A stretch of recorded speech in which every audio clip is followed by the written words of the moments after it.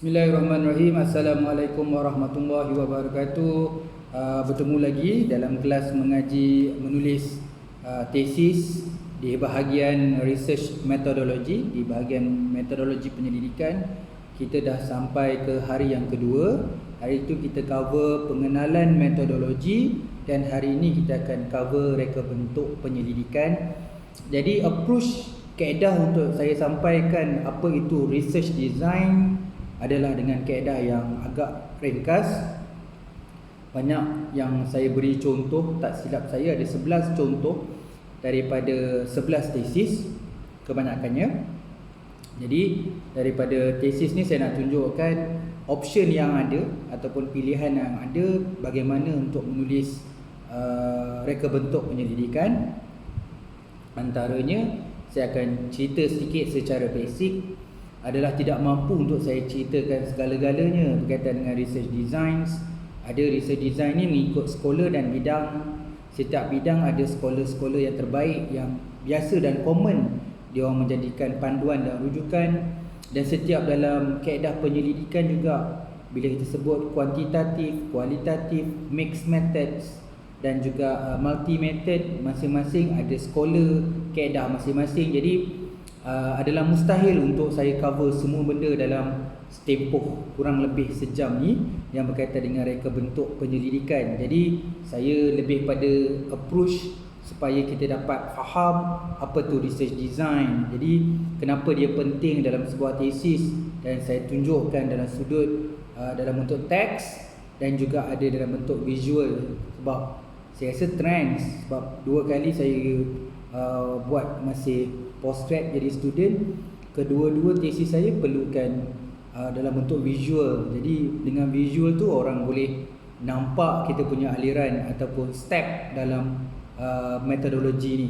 Jadi apa proses yang kita nak buat dalam aktiviti dalam penyelidikan ini. Okey, memang ikut bidang juga, ada yang ada paradigm dia, ada filosofi dia, ada yang straightforward dengan step. Jadi ini tujuan saya saya nak kongsi bagaimana research design tu sangat penting dalam penyelidikan dan bagaimana kita boleh visualisekan dan menerangkan research design dalam sebuah tesis. Ada yang pendek, ada yang 1 muka surat, ada yang 2 muka surat, 1 teks, 1 gambar rajah, ada yang perlukan explain yang panjang.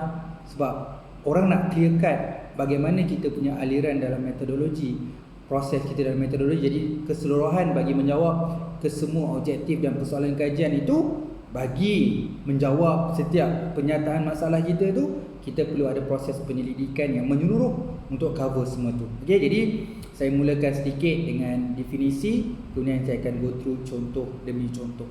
Okey, kena saya tunjuk dalam bentuk yang lebih luas supaya orang faham apa kelebihan yang ada pada reka bentuk penyelidikan. Okey, nombor 1 saya mulakan dulu dengan definisi. Okey, reka bentuk kajian adalah plan tindakan, kan, ataupun action, kan, apa tindakan yang kita nak buat. Jadi kita panggil plan tindakan untuk memenuhi objektif ataupun persoalan kajian dan juga prosedur. Sebab tu orang kata dalam bab 3 ni kita ada juga yang saya bincang first class itu, saya sebut juga ada apa? Prosedur, apa lagi? Aliran, langkah, itu aturan. Jadi itulah saya cover kat sini, prosedur yang diperlukan bagi aktiviti pengumpulan, pengukuran dan analisis data bagi membantu researcher atau membantu penyelidik bagi menjawab penyelesaian ataupun penyataan masalah. Dan kat sini kalau ikut slide dia kata menyusun dan juga menyelesaikan masalah dalam penyelidikan. Okey, dia merupakan, saya ulang balik dia merupakan plan tindakan bagi memenuhi objektif persoalan kajian dan prosedur yang diperlukan bagi pengumpulan, pengukuran dan analisis data bagi membantu penyelidik untuk menyusun dan menyelesaikan masalah penyelidikan. Jadi pelbagai kaedah yang kita boleh gunakan dalam menerangkan bagaimana kita punya plan tindakan kita bagi menjalankan penyelidikan. Kita menyelesaikan penyataan masalah kita, objektif, persoalan dan juga prosedur. yang kita jelaskan sebelum ni, bagaimana seorang penyelidik itu perlu menyelesaikan aktiviti penyelidikan mengikut langkah yang ditetapkan. Sebab tu dalam research design ni, untuk permulaan memang kita kena drawing research design supaya orang boleh follow kita. Oh, apa dia nak buat, proses atau aktiviti dalam penyelidikan dia dalam tesis ni. Okey. Saya tunjukkan yang untuk permulaan ni, saya ambil contoh saya sebenarnya. Tesis PhD saya yang baru habis. Okey, tak dapat surat sendat lagi sebenarnya. Okey, tapi habislah semuanya. Abstract semua settle lah. Okey, Creswell 2009. Saya mention Creswell lah. So saya nak bagi contoh yang umum sebab Creswell ni dari segi bilangan orang yang mengenali Creswell ni ramai. Walaupun dalam bidang sains dengan social science pun ada yang tahu mana yang Creswell, tapi ramai yang tak tahu lagi sebenarnya. Okey, mencadangkan reka bentuk kajian melibatkan interaksi antara falsafah iaitu filosofi, strategi iaitu apa kita nak guna, eksperimen ke, grounded ke, action research, itu dipanggil strategi pendidikan, dan metod penyelidikan. Jadi dia come out dengan 3, iaitu falsafah, strategi penyelidikan dan metod kajian. Jadi ikut Creswell 2009 tu highlight interaksi antara 3 ni, antara filosofi kajian, strategi penyelidikan dan metod kajian. Okey, sedikit berbeza, ada perubahan oleh other scholars. Kalau kat sini saya rasa nama dia Caggiolo et al 1998 dengan 2000s, melibatkan 3 komponen iaitu falsafah, iaitu dia melibatkan falsafah kajian, pendekatan dan teknik penyelidikan. Jadi so ada filosofi, approach dengan teknik penyelidikan. Yang tu yang dinyatakan oleh Caggiolo ni, 1998 dengan tahun 2000. Okey, kemudian yang kemudian yang lagi baru, Saunders. Dia memperincikan lagi. Kalau Creswell tadi sebut 3, yang Caggiolo ni pun sebut 3 walaupun ada sedikit perbezaan. Saunders ni memperincikan lagi dengan mencadangkan beberapa isu asas yang perlu diperjelaskan dalam menentukan ketepatan teknik pengumpulan data dan prosedur analisis penyelidikan. Okey, dia propose iaitu dia mencadangkan satu gambar rajah yang dikenali oleh kita panggil research onion. Kalau bahasa Melayu tu panggil bawang penyelidikan. Setiap isu penting yang berkaitan dalam reka bentuk penyelidikan perlu diperjelaskan secara turutan. Okey, dia macam kita katakan bawang. So bawang ni ada layer by layer. So ada lapisan di lapisan. So dia ada 6 lapisan. Jadi kita kena go through lapisan tu ikut turutan.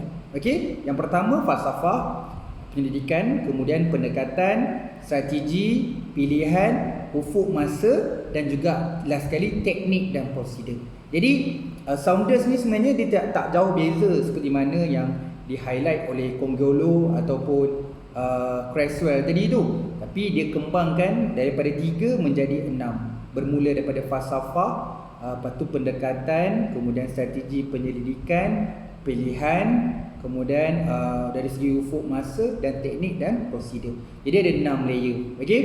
Jadi ini yang digambarkan. Jadi kalau saya tulis tesis, beginilah saya copy paste daripada tesis saya ni sebenarnya. Inilah yang saya tulis dalam tesis. Saya beritahu apa itu reka bentuk penyelidikan. Beberapa scholar mention ada 3 ni. Beberapa scholar lain pula ada mentionkan 3 ni. Kedua-dua ni ada sedikit perbezaan, namun Saunders tu dia memperincikan lagi. So dia ada 6 layer, ada 6 layer. Okey, jadi kita faham bila menulis kita zoom. Jadi kita boleh agak dah yang memang kajian ni nak ataupun nak follow ataupun adapt daripada Saunders 6 layer ni. Jadi saya tunjukkan gambar rajah daripada scholar-scholar yang saya sebutkan tadi. Contoh dia saya tunjukkan gambar Caggiolo ni. So dia ada filosofi, approach dengan teknik penyelidikan. So falsafah penyelidikan kita akan cover the next class. Kat sini memang dia ada highlight positivism, interpretism. So yang ni positivism ni lebih dalam bentuk in term of knowledge, pengetahuan secara realitinya kita dah dapat pengetahuan. Biasanya pengetahuan tu daripada teori.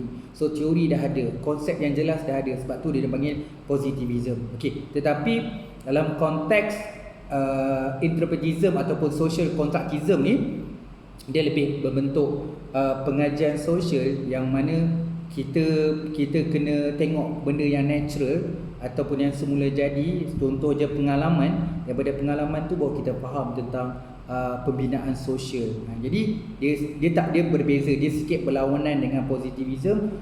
Positivism tu secara mudah dalam pendidikan kita ada teori untuk kita uji, tetapi kajian interpretism ataupun social contextism ni dia lebih kepada bentuk pembinaan sosial yang mana based pada pengalaman baru kita dapat knowledge itu. Okey. Kemudian yang ni term yang you kena faham, yang disebut sebagai teknik penyelidikan.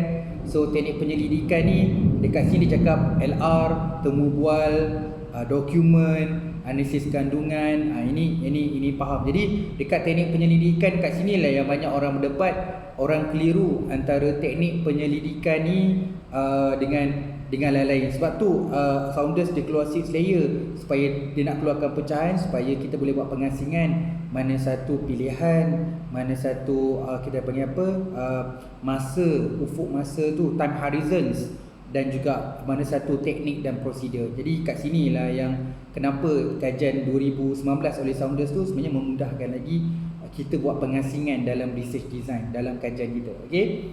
Kemudian saya tunjukkan gambar rajah yang terbaru, Saunders Research Onion tu, yang bawang penyelidikan pada 2019. Okey, saya masih menganggap Saunders cuma bagi idea je, dia ada 6 layer. So dekat sini pun kalau bahagian filosofi dia, layer yang pertama filosofi, dia propose 1, 2, 3, 4, 5. Positivism, realism, critical realism, interpretism, postmodernism dengan pragmatism. So ini kita akan cover lagi next class nanti. Okey, tapi kat sini dia cuma propose 5. Walhal hakikatnya filosofi boleh lebih pada tu, banyak lagi. Jadi kita boleh adapt model daripada Saunders ni untuk kita rajah daripada Saunders ni untuk kita ubah soal ikut keperluan. Kita boleh mengisi gambar rajah ni, isilah mana-mana filosofi yang lebih sesuai. Okey, tetapi 2019 ni yang buku Saunders ni dia ada satu benda yang bagus untuk layer kedua, iaitu approach. Kadang-kadang bahasa Melayu kita panggil penakulan ataupun pendekatan. Okey, so biasa ada dua je, induktif dengan diduktif. Okey, diduktif biasanya dalam kajian kuantitatif, induktif biasanya kajian kualitatif lah. Okey, jadi dia tambah satu lagi untuk, kan bila sekarang ni dah banyak orang buat mixed method, so dia ada satu lagi abduktif. So abduktif tu melibatkan pertembungan kedua-duanya ada saling lengkap dan melengkapi, iaitu ada kuanti dan kuali, kita boleh pakai abduktif. Okey, kemudian kat sini dia bincang yang layer yang ketiga, iaitu strategi penyelidikan.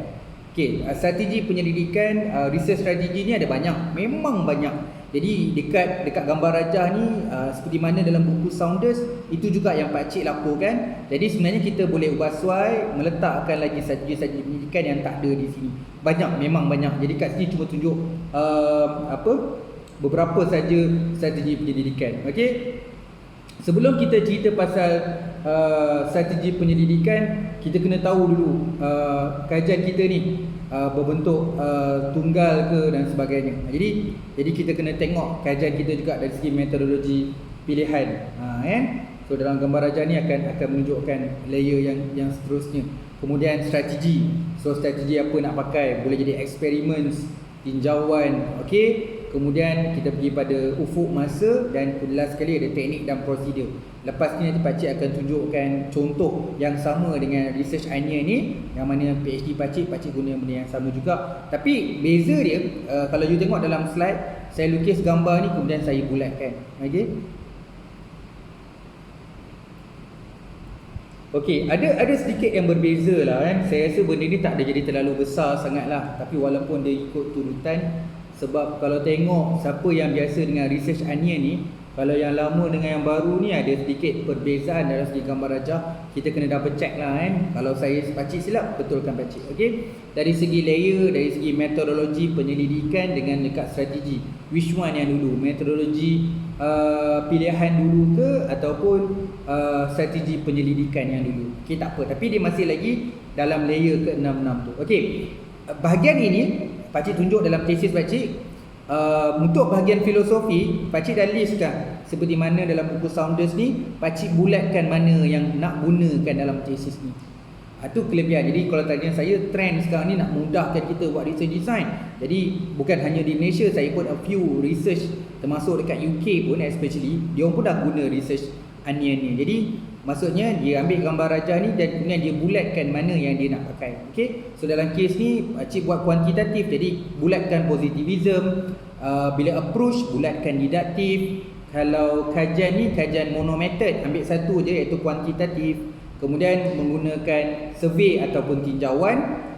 Ufuk masa, time horizon saya pakai cross sectional, so saya bulatkan keratan, bahasa Melayu dia keratan rentas, cross sectional. Kemudian kita akan tentukan teknik prosedur lah. Teknik prosedur ni dia subjektif lah, kita nak guna apa, soal sidik ke, nak guna interview ke, guna observation ke dan sebagainya. Jadi itu adalah last sekali adalah teknik dengan prosedur lah. Biasanya teknik prosedur kita akan cerita detail lagi dalam tesis, contohnya pembangunan soal sidik, pembangunan development, apa-apalah modul ke, tool ke, model, kita akan lebih detail. Jadi contoh pertama yang pakcik nak tunjukkan kat sini, dari segi gambar rajah research design, kita boleh gunakan research onion. Kopilah gambar rajah daripada Saunders itu. Maksudnya itu dalam buku dia dah propose ada 6 layer. Kita boleh adapt. Sebab tu kalau you tengok dalam tesis banyak orang tulis adapt. Adapt maksudnya ubah soal. Original mungkin dia cadang tulis 4, kita boleh tambah lagi sebab extension sebab mungkin Saunders ni mungkin background dia orang management, orang business. Tapi kalau orang engineering, dia boleh apply gambar rajah ni tapi kita ubah konten yang kat dalam ni. Tak ada masalah. Sebab tu kita boleh gunakan adapt kesesuaian. Sebab yang kat sini dia tak cover semua. Yelah, maksud saya kalau nak cover semua, gambar rajah ni lagi kompleks lah. Okay. Kemudian saya tunjuk yang kedua daripada satu tesis. Tesis ni daripada Adibah Abdul Wahab, PhD daripada Universiti Malaya. Tajuk dia faktor yang mempengaruhi pembayaran zakat di syarikat kesenaran awam di Malaysia. Okay, ini tesis pada tahun 2016. Okey, kita berbalik kepada research design dia. Research design dia adalah dia gunakan kaedah mixed method.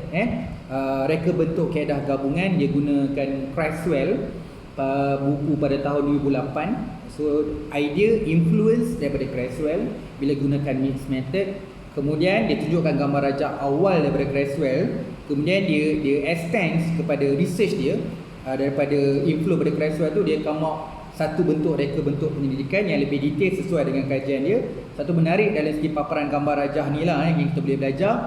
So dia kumpulkan dari segi tujuan, objektif, pelaksanaan, kaedah analisis. Jadi saya kalau selaku supervisor atau penilai, kalau lihat gambar rajah design ni seronoklah. Jadi baguslah, dia go through satu-satu kan. Dia kata dia start dengan kajian literatur.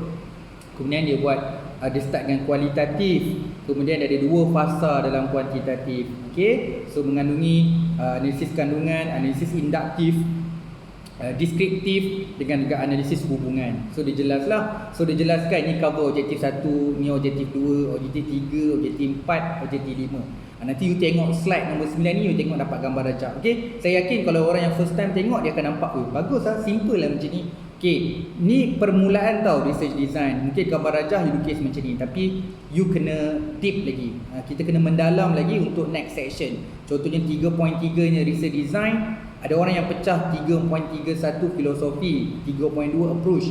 Tapi tak kisah macam mana nak jadikan dia 3.31 atau pergi 3.4, you kena deep lagi. Sebab dekat research design ni dia nak bagi bayangan sebagai jadikan, tadi saya sebut plan tindakan, nak jadikan action. Apa yang kita nak buat lepas ni. Okey? Jadi itu gambar rajah yang saya kongsi menggunakan mixed method. Jadi dia ambilkan Creswell. So banyak mixed method bukan daripada Creswell. Ni contoh saja, jadi kita boleh gunakan mana-mana sekolah. Okey, contoh yang berikutnya adalah sahabat saya. Okey, dia juga pensyarah di UPSI. Okey, dalam bidang pendidikan. Dia juga buat dalam konteks kat sini adalah mixed method. Dia buat juga kualitatif mixed method. Yang ni pun dia influence daripada Creswell. Kalau tak silap saya, dia Creswell sama juga dengan Plano Clark, Ivankova tu. Jadi dia orang dua last kali dia decide untuk guna sequential quantitative to the qualitative mixed method research design. So dia categorizekan, so dia punya kajian ni dikategoriskan under the basic sequential quantitative to the qualitative mixed method research design. Jadi dia tunjuklah gambar rajah ni, dia mulakan, dia start dengan survey. From to survey, dia buat come out dengan survey analysis. Kemudian dia ada buat macam interview, as long pada interview tu, in between interview tu dia ada buat survey juga. Last kali dia plus survey dengan interview analysis untuk buat interpretasi, plus juga dia integrate juga dengan observation dan document analysis. It's good lah kalau tengok sini. Kalau tanya saya, kalau mana-mana scholar pun, walaupun classical scholar pun, yang bagus mixed method ni ada triangulation. So dia ada interview, dia ada survey, dia ada documents dan dia ada observation. So almost lengkap lah, common dalam sebuah research. Itu bagus research ni. So dia mulakan dengan sequential kuantitatif, kemudian dia come out dengan kualitatif mixed method. Dia punya influence tadi yang tadilah ada daripada Creswell dengan Plano, Clark, Ivankova. Okay, so dia punya topik, tak lupa pula nak sebut tajuk tesis dia ni, si Hafiz Hanif ni 2016 dia buat tajuk Helping a Participation in an Open Online Community and Exploratory. So ini PhD tesis daripada University of Warwick. Okay, saya tunjuk contoh yang keempat. Yang ni saya tak kenal, cuma bila kita explore, kita ambil dekat Ethos online tu, yang British Ethos online tu. So ni ada satu tesis yang baru juga pada 2018 daripada Durham University, nama dia Heba Nasim. Dia punya tajuk Teachers Perceptions on Effectiveness of the Oxford Online Placement Test at the King Abdul Aziz University. Okay, jadi research design kat sini dia tunjuk, kat sini saya tahu ramai orang yang nak study pasal preliminary analysis. So dia masukkan preliminary analysis dalam stage, antara perantara stage dia. So stage 1 dia buat interview face to face. Stage 2 dia buat questionnaire. Okay, antara interview stage 1 dengan stage 2 tu, interview face to face dengan questionnaire itu, dia buat juga preliminary analysis. Okay, stage 3 dia lah interview by use telephone interview. Buat interview tapi guna telefon interview. So antara questionnaire dengan interview yang kedua guna telefon interview tu pun digunakan preliminary analysis. Last kali dia combine together, dia integrate on qual and quant findings. Okay, yang ni pun sama jugalah. Yang ni pun memang ambil daripada Creswell juga, dia influence daripada Creswell. Okay, jadi ada 4 contoh yang menggambarkan bagaimana kita boleh tunjukkan reka bentuk penyelidikan dengan rajah. So saya come out dengan tadi yang mula-mula tadi adalah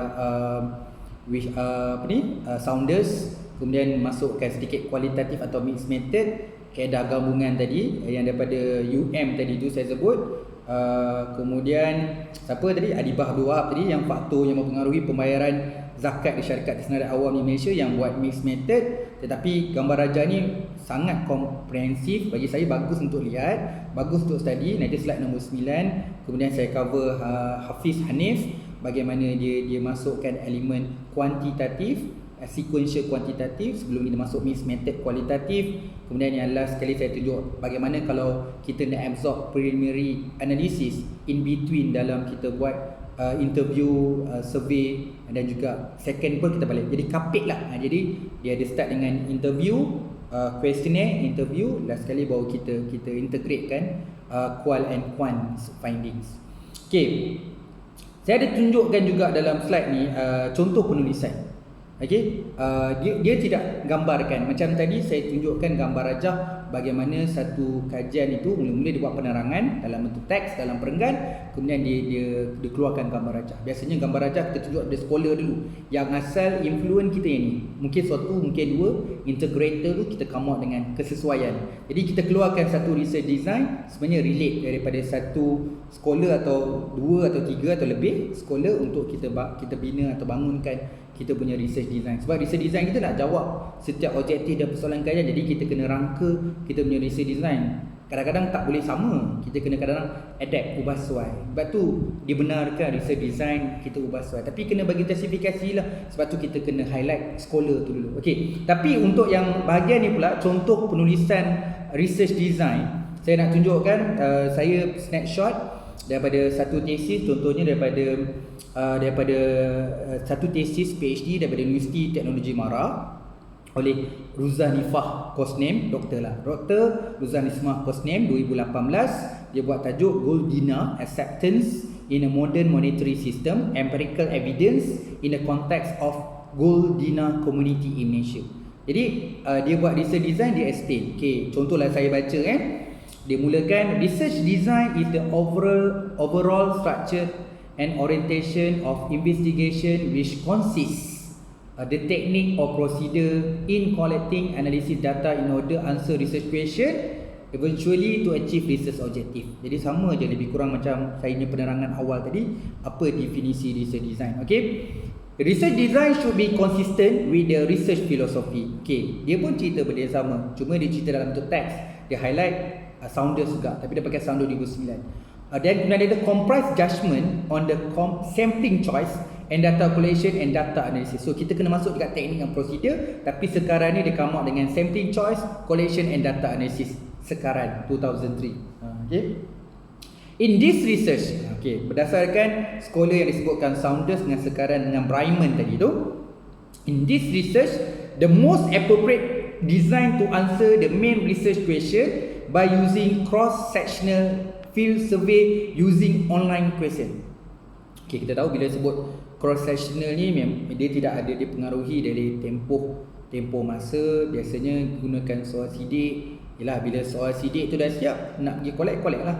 Tapi ada jugalah kita kata kalau perlukan repo ataupun surat, ada segi research ethic kena fulfill jugalah yang tu. Okay, kemudian field survey in a non-experimental design, so but measure variable and test their effect using statistical methods. Okay, dia gunakan perisian lah, kan. Bila sebut using statistical method adalah perisian yang sesuai. Field survey allow achievement some of the research objective with hypothesis testing. So bila buat hypothesis testing, kita tahulah dia memang research yang berkaitan dengan correlate ke ataupun regress ke. Okay, enhance to understand the relationship exists among variable. Topik ialah Goldina accepted model. Field survey able to capture belief practice from the random sample subject through the survey questionnaire. So digunakan questionnaire. The probability field survey tend to broader. Kemudian since data sourced from the wide variety individual, so unit analysis individual form the unit of analysis. In a cross-sectional field survey, dependent variable are measured. So dia ada IV dan EV. Okay, cross-sectional survey allow to collection the large amount of sizable population in high economic way. So dia memang digunakan soal sidik untuk cut cost. Kemudian dia juga bila guna questionnaire ni sesuai untuk kajian generalization, kita boleh gunakan large population. Itu je. Okay, jadi dia boleh tulis dalam bentuk berapa perenggan ni. Dia tulis 2 perenggan. Okay, kat sini saya nak bincang. Yang ni you kena komunikasi dengan supervisor. Ada supervisor yang accept tulis dia 2 perenggan. Okay, research design 2 perenggan siap. Ada supervisor yang macam dia tak boleh macam ni. You kena lukis gambar visual, you kena ada table, dia kena ada gambar rajah.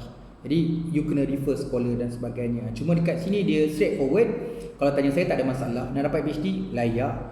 Dia jelas, dia beritahu straightforward apa research design dia nak pakai. So bila dia sebut nama Saunders dengan Umar sekarang tu, kita dah tahu awal-awal ini memang orang kuantitatif. So bila dia dah masukkan, bila buat cross sectional, bila dia dah masuk testing hypothesis, kita dah tahu dah ni memang ada IV dengan DV. Jadi tak salah, dia straightforward. Okay, ni contoh satu.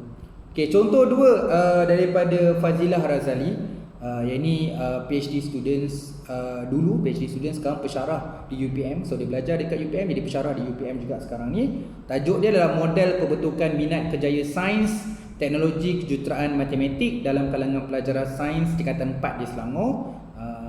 So topik dia adalah berkaitan dengan pembentukan minat kerjaya sains lah. Jadi dia punya reka bentuk kajian ni pun sama, 2 perenggan je. Kajian berbentuk korelasi, dia straightforward terus pergi korelasi. Kajian berbentuk korelasi dengan mengkaji pengaruh antara pemboleh ubah tidak bersandar kepada pemboleh ubah bersandar. Jadi kita kena faham lah, ada IV dan ada DV. Peningkatan kajian dengan menggunakan borang soal sidik. So dia mention soal sidik untuk mengkaji pengaruh sikap terhadap STEM, kemahiran abad 21, motivasi sains, autoriti ibu bapa dalam kalangan pelajar sains kepada pembentukan minat kerjaya STEM. Okay, kemudian peringatan yang kedua, kajian melibatkan pembentukan model terhadap pengaruh secara langsung dari pemboleh ubah tidak bersandar, iaitu sikap terhadap STEM dan autoriti ibu bapa, serta 2 pemboleh ubah bagi pengaruh tidak langsung perantara, iaitu motivasi sains dan kemahiran abad 21 kepada pembentukan minat kerjaya STEM pelajar. Okay, dia straightforward. Yang bagus kat dan special ni juga, saya tak kata salah, saya tak kata dia kurang bagus, tak ada. Saya nak kata dia dah dapat PhD dah. Maksudnya dia okey. Kalau tanya saya baca, saya jelas. Maksudnya dia dah discuss dengan supervisor, penilai pun dah approve sebab dia pun dah dapat doktor dah. Jadi benda ni pun boleh. Jadi kalau tengok saya kongsikan tadi contoh-contoh, ni contoh reka bentuk kajian yang accept juga, diterima juga. Tapi kalau tanya saya jelas. Okey, tanya je jelas. Tapi yelah kat sini dia tak highlight. Dia guna mana-mana influence research design. Jadi dia straightforward tulis apa yang dia nak buat. Tapi tengoklah, bincanglah dengan supervisor. Ada setengah supervisor yang straightforward. You kena faham lagi-lagi supervisor daripada luar negara. Kadang-kadang tesis dia tak sampai 100 muka surat pun. Ada yang 70 muka surat. Jadi tesis dia orang straightforward. Dia orang cuma tulis apa yang dia orang nak buat. Jadi dia tak payah nak review. Mungkin kita tak payah beritahu kita ambil idea ni daripada influence mana-mana scholar sebelum ni. Tak, kita boleh straightforward tulis apa yang kita nak buat dalam aktiviti penyelidikan dia. Okey, saya bagi optional kat sini supaya you all lihat mana satu research design yang supervisor you berkenan, yang diterima propose kita. Sebab tu saya tunjukkan juga contoh penulisan dalam bentuk visual dan juga dalam bentuk, dia tak ada visual cuma letak dalam bentuk perenggan saja. Okey, mungkin dia begini. Bukanlah saya nak kata dia tak ada visual. Untuk peringkat awal research design tu dia come out dengan macam ni. Tapi bila dia deep nanti sampai dekat pembangunan soal sidik, nanti mungkin dia ada gambar racah, dia deep macam mana pemilihan item dan sebagainya, nanti dia refer. Jadi kita tak habis tau. Sebab tu saya punya kelas ni kita cover pelan-pelan je. Jadi 3.3 lah research design. Tapi dia boleh jadi 3.31. Macam saya punya second PhD saya buat filosofi. Lepas ni kita akan bincang falsafah penyelidikan. Jadi 3 point saya letak dia sebagai 3.1. Kan ada orang letak jadi 3.4. Itu pun tak apa juga. Okey, kemudian saya tunjuk yang ni kedua-dua ni kita ni saya lah. Saya punya doctorate dan juga sahabat saya, kita kedua-dua adalah sama supervisor dengan Prof Syahri Yusof daripada UTM KL.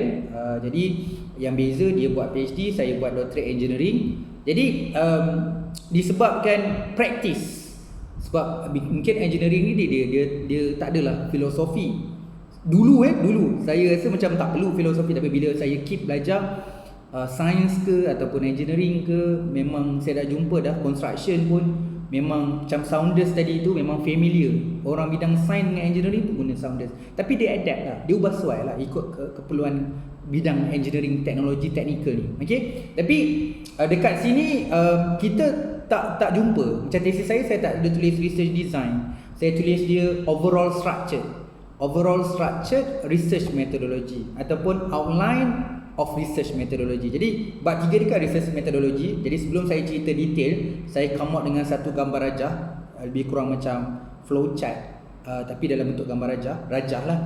Nak cerita apa aktiviti yang saya lakukan dalam penyelidikan ini. Dia panggil overall structured research methodology. Jadi kami berdua tak ada tulis research design, tapi research design tu membawa masuk, sebenarnya dia benda yang sama. Kalau you tengok kat sini, apa yang saya cerita, apa yang Creswell buat tadi pun, ni cuma dia tak nyatakan dalam bentuk nama research design, nama dia overall structure. Jadi saya tunjuklah macam sini, saya mulakan ini practice. Kami berdua hampir sama je. The way the process pun lebih kurang sama, sebab kita orang sama supervisor. Jadi kita mulakan dulu yang beritahu kajian pertama adalah literature review. Okay, sama juga tadi kalau you tengok siapa nama tadi lupa dah saya. Ada one scholar tadi mention juga one of the strategi penyelidikan kita boleh guna literature review. Jadi untuk bahagian overall structure ni kita orang mulakan dulu dengan literature review. Jadi apa keyword dalam literature review yang saya libatkan? Contoh kalau saya tulis Lean and Six Sigma concept, performance measurement item, strategic control system, dengan nak review SAM dengan AHP methodology approach. Meaning that ni perkara yang penting yang saya dah cover masa bab 2 itu. Okay, jadi saya letak nombor 1. Okay, kemudian saya bincangkan construct. Saya kena bangunkan construct sebab saya in order to come out dengan model, dengan tools, saya kena ada construct. Sebab from this saya boleh bangunkan model dengan alat. Kemudian saya formulatekan jadi conceptual framework, jadikan hypothesis. Kemudian saya go through detail, design development questionnaire, determine company for pilot study and survey. So dah buat expert validation dengan pilot study, revise questionnaire, implement full survey, buat data screening, data analysis, discussion and application, determine and select company for the case study, develop Lean Six Sigma performance improvement tools, kemudian by interview, validate confirmation by automotive, case study analysis, kemudian last sekali baru conclusion recommendation. So saya memang buat kuanti dan kalau yang ni saya buat case study juga. Jadi kalau tengok dia punya proses tu agak panjang lah, kram je tulisan dia. Tapi tak apa, you boleh refer saya punya thesis. Kalau nak saya boleh bagi lagi thesis saya. Ada tak apa, yang tak ada nanti saya request, saya bagi juga. Okay, ni sahabat saya yang kedua adalah Elita Amrina. So ini daripada, tak silap saya dia lecturer dekat tak silap saya dekat Andalas. Lecturer dekat Andalas Padang. Saya bilang dia, minta maaf, saya lupa pula tentang ni. Jadi literature review dia buat sustainable manufacturing practice. Dia cerita lah apa tu sustainability, apa tu manufacturing performance, sustainable manufacturing. Kemudian dia come out dengan construct. Dia pun kena bangunkan construct. Dia akan buat sistem tapi dia kena ada construct juga. After that dia cover dengan methodology. Dia identify company, design questionnaire, conduct the survey, data analysis, hypothesis test, propose a key sustainable manufacturing performance measure for automotive industry. Kemudian dia develop, macam saya pun tadi pun develop, saya buat develop tool, dia pun develop sustainable manufacturing performance evaluation tools. Kemudian dalam tu dia establish analytics, so kemudian dia buat ISM, kemudian dia buat ANP, detail juga dia buat ni, dia buat development and sustainable manufacturing performance evaluation tool. So dia develop kan, lepas dia develop dia come out dengan software. So dia buat software design, software coding, software testing, software validation, last sekali buat discuss and conclusion. Okay, dia buat ni. Maksudnya kita dalam thesis bahagian ni you cari design tak jumpa. So kita letak overall structured research methodology. Okay, ini option. Maksudnya kat sini banyak dah option saya tunjuk. Yang pertama tadi saya tunjuk yang mana kita boleh lukis penerangan dalam teks plus kita ada gambar rajah. Kedua, tak ada gambar rajah, cuma tulis dalam teks dua perenggan. Yang ketiga ni kita tak namakan sebagai research design, tapi kita namakan sebagai overall structure research methodology. Buat macam flowchart daripada mula sampai habis proses. Okey, yang ketiga ni saya nak tunjukkan kelebihan. Dia lebih pada kelebihan lah. Saya melalui fasa ni cuma yang kat sini saya tunjuk yang kedua lah. Saya dalam PhD saya memang saya ada buat satu research design yang mana saya copyright. Tapi yang dalam slide ni saya tunjuk yang lain, yang mana saya copyright pada 2013. Tetapi dua tesis lagi daripada sahabat saya, daripada Tuti Aini dengan juga Farhana. Yang dua ni pun dia bangunkan research design dan dia buat copyright. Maksudnya kita boleh protect kita punya idea. Maksudnya memang kita mengaku kita orang ketiga-tiga dia. Mungkin saya jauh sikit lah sebab saya engineering, dia boleh propose dia. Tapi untuk Farhana dan Tutiani ni dia ada asas, ada basic yang kuat. So macam Tutiani dia memang base pada DDR dan ADI, tapi dia extend, dia come out dengan dipanggil propose M. So propose M tu dia dijadikan sebagai satu extended research design, jadi dibenarkan untuk kita buat copyright. Jadi kalau kita visualize pun jadi lain dah. Okey, tapi the influence still ada scholar dia. Okey, sama juga. Nanti kita go through one by one lah. Kita go through yang dengan Tutiani dulu. Okey. So Tutiani ni dia memang influencer daripada DDR dengan ADI. Ni antara scholar yang mungkin saya ngam lah dengan dia punya. Maksud dia ada orang yang bila buat DDR dia tutup ADI tu. Tapi sebenarnya kalau you nak faham dari segi research yang komprehensif, you kena faham ADI tu, ADDI, analisis keperluan, design, development, implementation and evaluation. DDR for kita ada stage dia, analysis, design and development and evaluation. Sebenarnya dia sama je. Dia sebelum tu assure. Jadi lebih kurang sama je. Okey, dalam case ni dia come out dengan propose M. Jadi dia pakai semua yang analysis phase 1, kemudian ada design, development, implementation, evaluation. Tapi content kat dalam tu memang dia macam ni lah. Semua orang naik tangga. Tapi bila naik tangga dia dapat apa, semua orang berbeza-beza. Tujuan orang naik tangga berbeza-beza. Jadi memang dia punya flow tu analisis, design, development, implementation, evaluation sama, tapi kat dalam tu kalau dekat analisis dia berbeza. So analisis dia buat expert interview, dia buat systematic literature review. Mungkin sebelum ni tak buat macam tu. Kalau sama pun design, dia propose M multimedia, confirm tak lain. So dia propose M, dia come out dengan propose M. Kemudian development dia buat validation, expert. Implementation dia buat pilot, dia testing, dan dia buat formative evaluation. Evaluation dia buat summative evaluation. Ini yang saya tunjuk, yang kita bincangkan itu. Kenapa you nak kena faham formative, summative. Ini yang tujuan dia. Bila you faham first class, saya dah jumpa dah term-term macam ni. Okey. Jadi yang ni nak tunjukkan, memang saya tulis kat sini copyright dia, Propose M nama dia. So dia ada nombor copyright dia. Jadi nak beritahu semua yang mendengar ni, anda boleh bina, anda boleh extend your own research design dan protect lah dekat MyPo supaya kita punya idea ni bukanlah tujuan untuk menunjuk yang kita ada harta intelek. Tak, maksudnya kita lebih pada self defense, you nak secure, nanti orang kata orang ambil idea sekurang-kurang kita tidak dituduh dengan kita pula ambil pada dia, walhal kita dulu. Jadi kita boleh protect lah. Bukan tak susah, tak complicated pun. Just pergi to MyPo, you protect, buat DIY je. Okay. Kemudian saya tunjuk contoh yang kedua daripada Nur Fahana Ramli. So ini tajuk adalah Development and Validation and Instruments to Measure Science Teachers Instructional Preparedness in the STEM Implementation. So ini adalah PhD thesis sama dengan UPM. Jadi sebenarnya Tutiani dengan Nur Fahana dia batch sama, graduate pun sama-sama, GOT diorang dua-dua ni, ada syat diorang dua ni. Okey. Dan dia pun dah jadi trainer dah.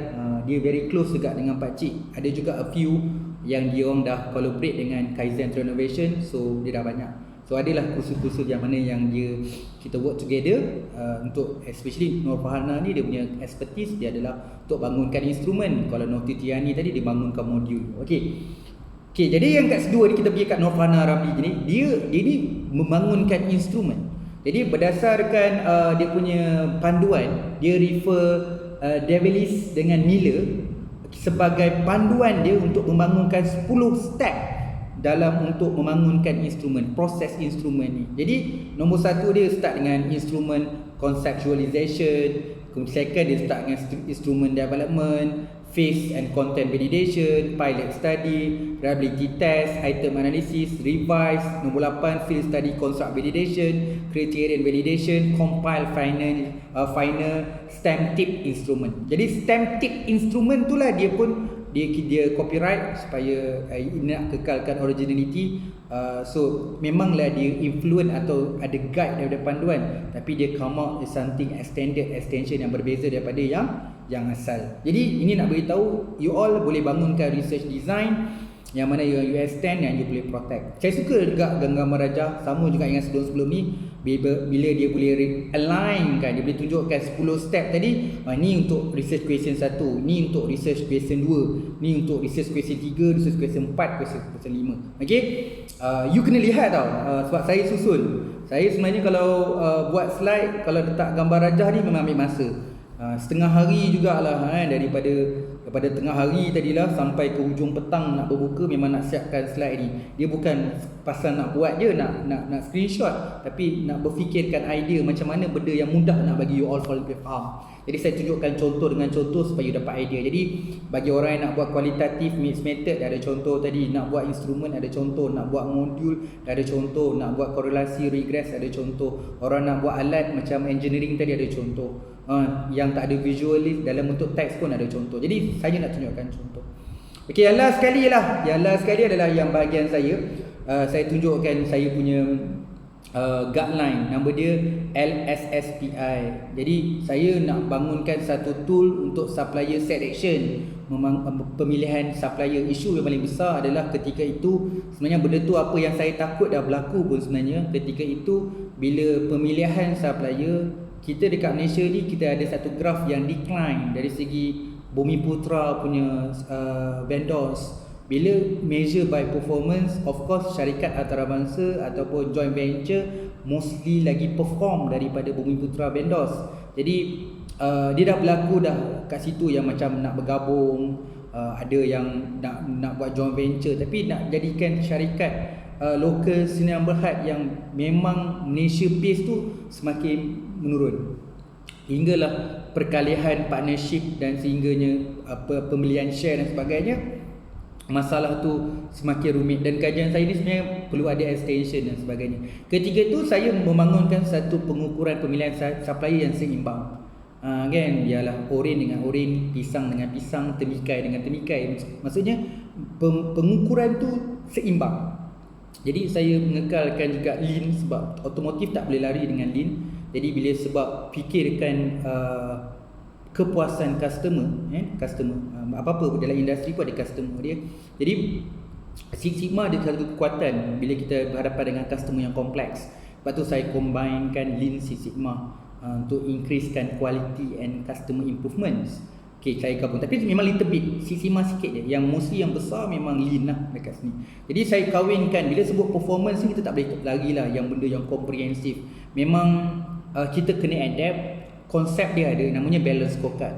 Jadi saya adapt balance scorecard tu, suitkan, masukkan dalam Lean Six Sigma, biar dia jadi satu alat yang seimbang dari segi engineering practices dia dan juga performance dia tu dia setara. Tak adalah orang engineering bergaduh dengan HR, orang account bertekak dengan bidang orang-orang dalam assembly, dalam production. So bila kat sini orang semua faham tugas dia, kenapa kita buat benda ni, sebab nak capai performance ni. So orang account dengan finance pun faham kenapa dia dapatkan performance. Kita tahu geng engineering dia hadapi challenge benda ni. Jadi dia baru dia tahulah.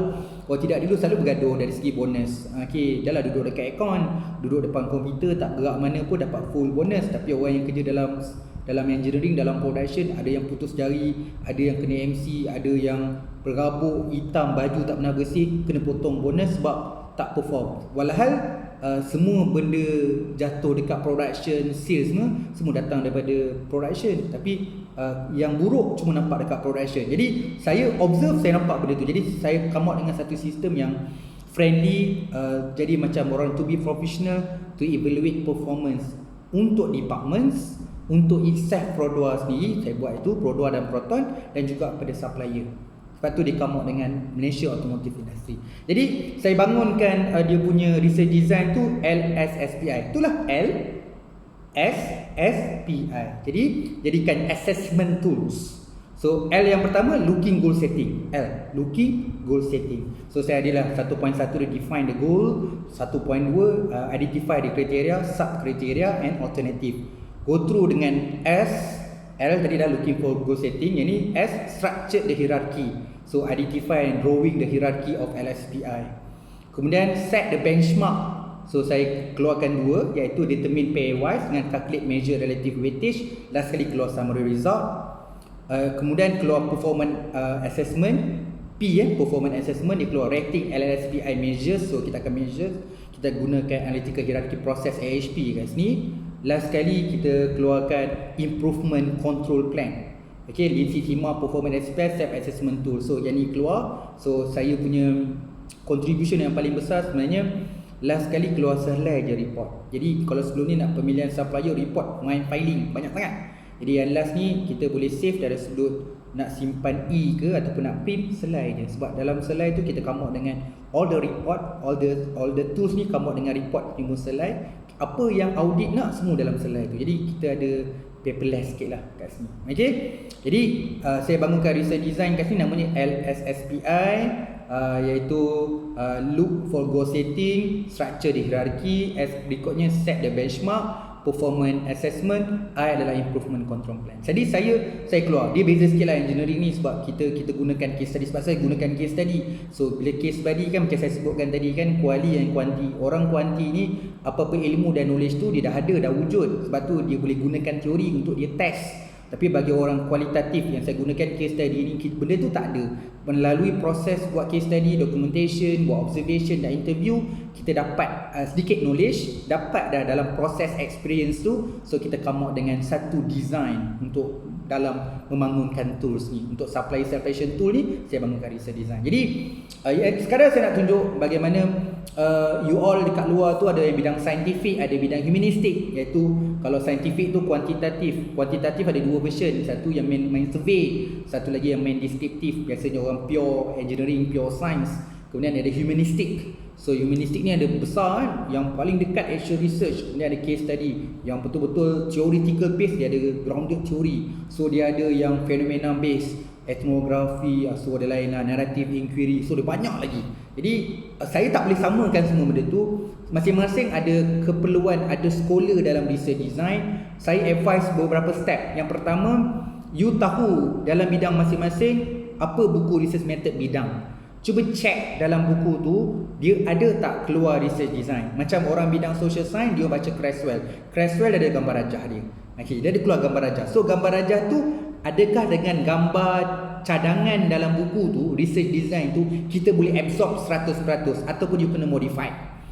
Kalau modify, ada orang yang ada a few juga yang kita review tadi, dia pakai 2 scholar. So dua buku dalam tu ada 2 gambar racah research design, tapi you blend. Dia lain kan. Kita bukan buat teori tau. Ini lebih santai. You bagi justifikasi kenapa you nak combine 2 research design. Sebab research design yang pertama tu dia tak boleh jawab you punya research question. So dia tak boleh.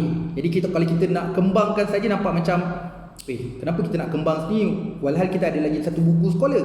Jadi kita gabungkan 2 scholar tu, kita boleh buat. Okey, itu satu. Tapi kalau bidang engineering, saya pun nak syorkan janganlah terus kita bangunkan new design. Kadang-kadang buku research method dalam engineering tu dah ada, dia come out dengan design. Why not kita ambil token dan kita bagi kredit orang yang dah bangunkan research design dalam buku tu, at least kita ubah sesuai. Tapi kalau betul-betul 360 darjah memang difference. Engineering ni lain sikit, science ni lain sikit.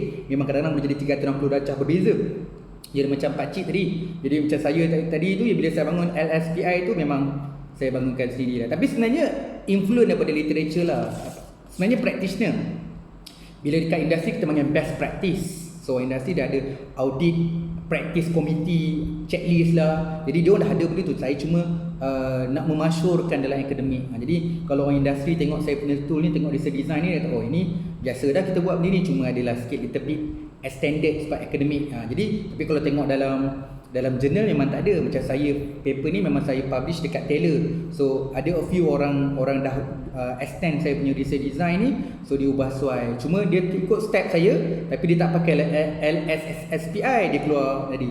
Macam Notutiani tadi pakai Propose M. Jadi dia dah tukar lah untuk keluarkan lebih bentuk kesesuaian dalam research kita bagi menjawab kita punya objektif, research question maupun hipotesis yang secara langsungnya akan atau dan tidak langsungnya akan menjawab kita punya penyataan masalah. Okey, jadi lihatlah kepada slide ni, saya lebih kepada positif. Setiap orang kena ada research design, setiap orang kena laporkan dalam bentuk penulisan.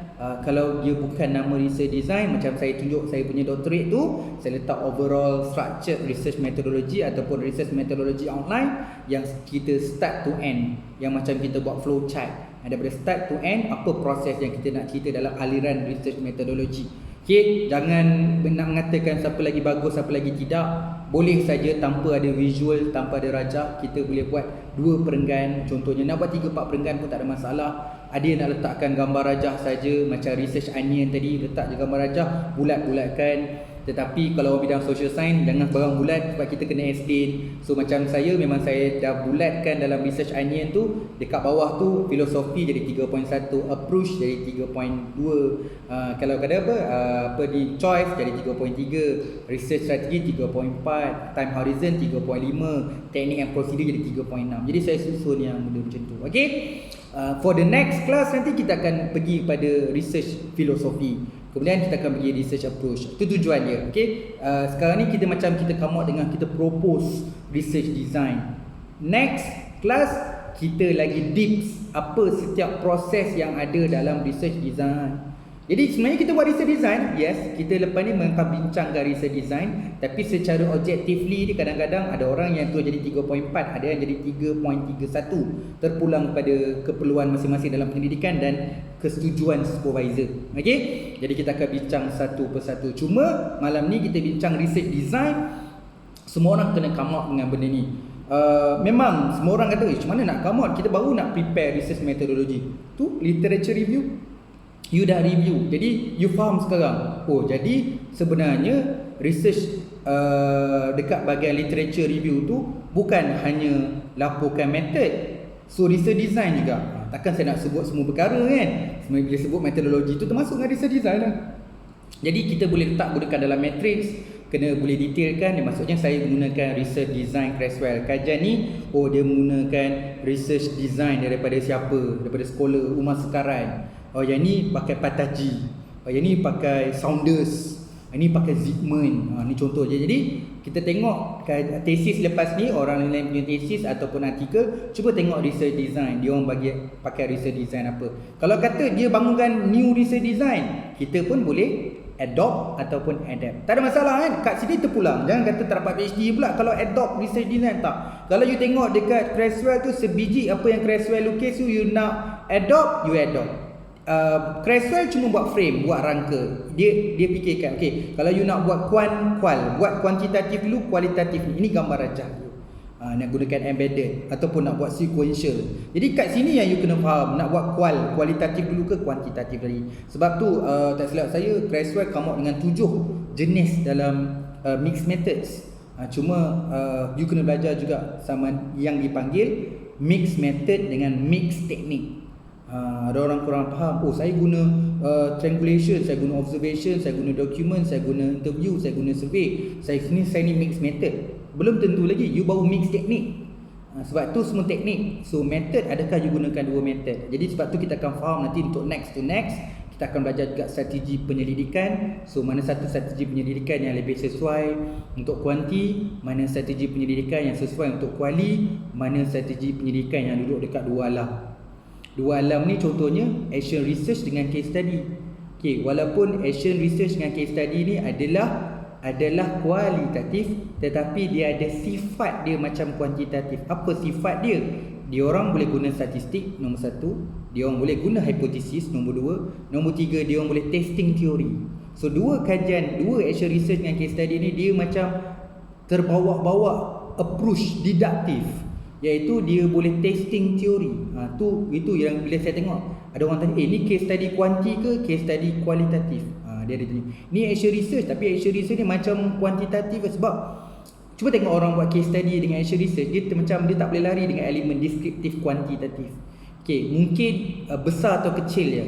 Besar dia dah sampai hipotesis. Kecil dia ada statistik, dia ada deskriptif, tapi dia tidak ada hipotesis. Tapi dia orang boleh testing teori. Tu uniknya kita belajar strategi penyelidikan lepas ni supaya kita boleh faham. Jadi waste tak? Bahaya juga sebenarnya kalau you main tembak je research design. Sebab bila in order to jawab you punya research question nombor 1, memang cantik research design ni, tapi bila jawab you punya research question nombor 2, tiba-tiba research design dah tak sesuai. Kerap berlaku, mostly lah. Bukan kata mostly semua kena tukar, tapi it's normal lah kadang-kadang kita kena tukar sebab kita tak tahu untuk objektif nombor 2 nak pakai method apa ataupun nak guna kaedah apa. Tiba-tiba bila tanya dengan supervisor kena guna kaedah ni. Bila tengok kaedah ni dah tak match dah dengan research design yang kita propose, so kita kena change. Kalau tanya saya, buat benda yang betul untuk jawab research question. Tapi kalau benda tu tak seimbang, kita kena betulkan research design. Bukan kita kena ubah ikut research design. Dia is normal lah. Sebab tu ada orang kata research ni buat bab 3 dulu. Saya tak boleh kata saya setuju 100%, tak. Saya masih lagi orang yang saya yakin tesis tu kena jalan sekali. Bab 1, bab 2, bab 3 jalan sekali. Masing-masing kena gerak, ada draft. Dia tak perlu complete, dia tak perlu 80% pun. Dia ada 50-60% pun dah boleh bergerak. So buat bab 3, betulkan balik bab 2, betulkan bab 2, betulkan balik bab 3, bab 3, betulkan bab 1. It's good.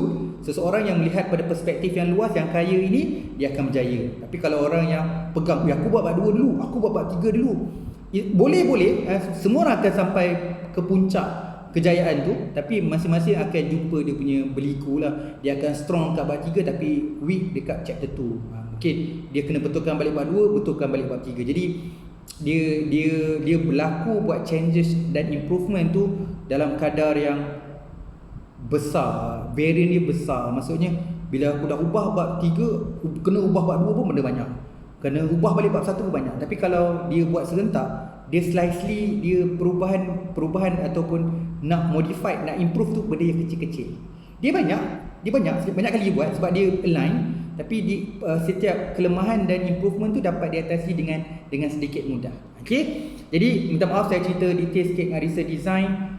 Research design bukan main-main. Okey. Macam saya sebutkan tadi, dia boleh jadi satu contribution. Kalau dah boleh sampai satu copyright, dia dah boleh masuk kat sumbangan yang mana kita menzahirkan ataupun telah membina satu extend research design. Saya tak nak sebut new lah. Itu boleh sebut new sebenarnya. Nak masuk pertandingan inovasi, kena cakap new research design lah. New research design lah. Kalau cakap extend susah, dapat silver pula. Tak faham lah. Kadang-kadang konteks pertandingan inovasi tu semua nak kena cakap yang besar-besar je kan. Sebab pengalaman saya pun tengok macam tu lah. Cuma kalau sejak jadi juri ni, saya tak melihat pada tu lah. Maksudnya apa saja presentation tu jatuh nombor 2 lah. Saya nak tengok dari segi effort dan Saya kena faham apa yang dia buat. Kalau benda tu dia honest, dia buat, dia jujur, tahu dia punya effort, dapatlah goal tu. Tapi kalau orang lain saya tak tahulah, peragakan pingat banyak-banyak, masuk surat khabar je jenis banyak-banyak, betul dapat goal. Subjektif, tak boleh nak measure benda tu. Kadang-kadang idea tu yang lagi mahal sebenarnya. Okey, cukuplah kita cover apa tu research design daripada permulaan. Saya rasa you faham apa maksud saya nak tunjuk hari ni. Saya nak kurangkan cerita dari segi theoretical base, saya nak lebih pada practice base. Bab 3 ni kita nak kena buat. So secara conclusion memang saya tulis kat sini, kita dah siap 3.1 introduction, 3.2 kita dah siap apa tu research fields. Okey, yang kita dah bincang macam mana kena cerita. Saya bidang construction. Cerita dulu apa tu construction research. Oh, saya bidang pertanian. Cerita ke orang apa tu agriculture research, supaya orang faham agriculture research genetik, sifat dia, karakter dia macam ni. Macam tu. Jadi bila orang baca kita punya tesis, dia boleh ke bawah. Oh, ni research dalam pertanian. Oh, ni research dalam pendidikan. To make simple, tak perlu tulis 20 muka surat. Nak tulis 1 muka surat pun okey. Tapi biar orang faham apa objektif research agriculture, apa intipati penting dalam agriculture research, supaya orang yang baca tahu. Sebab yang baca tesis kita walaupun di bidang agriculture, tapi dia bukan R&D punya orang. Jadi biar dia faham, menarik juga researcher agriculture ni ada benda-benda macam ni.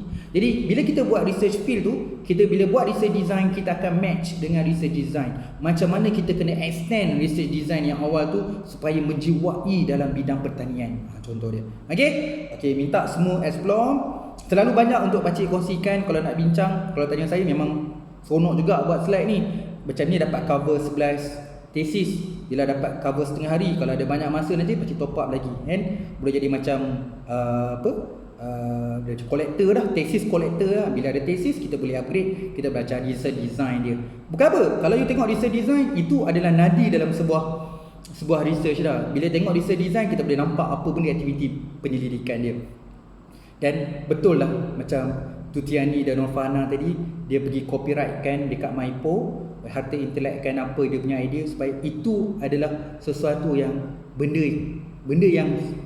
yang kompleks, benda idealism yang dia dapat hasilkan dalam proses PhD dia. Itu memang mengambil masa dari segi nak menjanakan idea tu. Macam saya pun bangunkan LSPI ni pun masih dengan supervisor ada bagi contoh sahabat-sahabat dia yang lepas-lepas. It's something like idea lah. Boleh extend lagi, boleh go further lagi you punya PhD punya content ni, jadikan sesuatu daripada hanya keluarkan finding untuk publish artikel, you boleh come outkan satu, boleh jadi consultant ataupun commercial values. Jadi from that idea saya extend, at least jumpalah LSPI tu. Okey, terima kasih banyak-banyak atas perkongsian ni. Minta maaf di hujung-hujung tu saya banyak buat ulasan supaya nak you all faham kenapa perlunya research design. Saya tahu ada golongan yang kata nak kena buat ke, wajib ke nak kena buat. Itu tujuan saya beritahu manfaat kita research design. It doesn't matter, bukan nak cerita panjang. Ada orang buat tadi 2 perenggan saja dengan 1 muka surat. Okey, minta you pohon, you dengar, mungkin perlu dengar 2 kali ataupun perlu review saya punya slide ni. So ada kekurangan dalam penyampaian, dalam slide ada kesilapan mana-mana, saya mohon maaf atas kesalahan dan kekurangan yang ada pada pakcik. Okey, kita jumpa lagi untuk next class, untuk kelas filosofi, research filosofi. Ini lagi menarik. Pakcik cuba nak cover yang paling penting faham lah. Bila nak cover semua ni tak boleh nak janji, sebab research filosofi ni kalau saya bercakap dia boleh hanyut. Sebab cerita filosofer, jadi filosofer ni banyak benda, tapi saya akan cerita benda yang common, yang mains. Contohnya positivism, subjektivism, interpretism. Itu benda yang main, benda-benda yang common orang banyak guna. Kemudian saya cuba kaitkanlah apa perkaitan benda ni dengan kajian humanistik, saintifik, objektif, subjektif tu nak kaitkan dengan kuanti dan kualitatif juga. Okey, tapi kat situ je sempadan dia. Saya tak boleh cover sampai penakulan atau approach tu, sebab kita ada next class tu baru akan pergi research approach. Sabar, kita meniti research methodology dari satu ke satu. Pakcik cuba ikut outline. Macam hari ni kita dah sampai 3.3, kita akan go through 3.4, 3.5 sampailah 3.12. Walaupun kita dah cover 3.12 kesimpulan, maksudnya the whole set kita complete semua. Okey, terima kasih lagi sekali. Assalamualaikum.